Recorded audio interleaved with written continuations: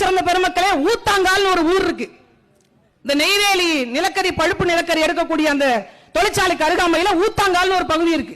அந்த ஊத்தாங்காலுக்கு ஒரு சிறப்பம்சமே என்ன அப்படின்னா, இயற்கையாவே நீரூற்று அமைந்த பகுதி, எந்நேரமும் நீர் ஊறிக்கொண்டே இருக்கும். அங்கிருந்து தொடங்கப்பட்டதுதான் அந்த பரவனாறு. இங்கே தொடங்கி கேப்பர் மலையினுடைய அந்த சமவெளி பரப்பில் இருக்கக்கூடிய ஒரு அழகான மலைப்பகுதி அந்த கேப்பர் மலை. அந்த கேப்பர் மலையிலிருந்து தொடங்கி கடல்ல போய் கடலூர் பகுதியில் இருக்கக்கூடிய கடல்ல கடப்பதுதான் பரவனாறு. அவ்வளவு எழில் கொஞ்சக்கூடிய விவசாய பெருநிலத்தை இவர்கள் எப்படி கையகப்படுத்தினாங்க? கிட்டத்தட்ட 25,000 ஏக்கர் நிலப்பரப்பை எப்படி எடுக்கிறாங்க? குழந்தைக்கு வந்து தாய் பால் கொடுக்காம வெயிட் பண்ணாங்க. பால் கொடுக்கல அப்படின்னா தானா மார்பில பால் கசிக்கும். அந்த மாதிரி இங்க நிலத்தடி நீர் வளம் அதிகமா இருந்து தானா பூமிக்கு மேல பீச்சு அடிக்கும். அது ஆர்டிஸ்ட் அவுட். இதுல ஞாபகம் இருக்கு, சும்மா மழை பெய்யறபடி அழுத்தினாலே தண்ணி வெளியே வரும். இன்னைக்கு 1000 அடியில் தான் எங்களுக்கு குடிநீரே கிடைக்குது.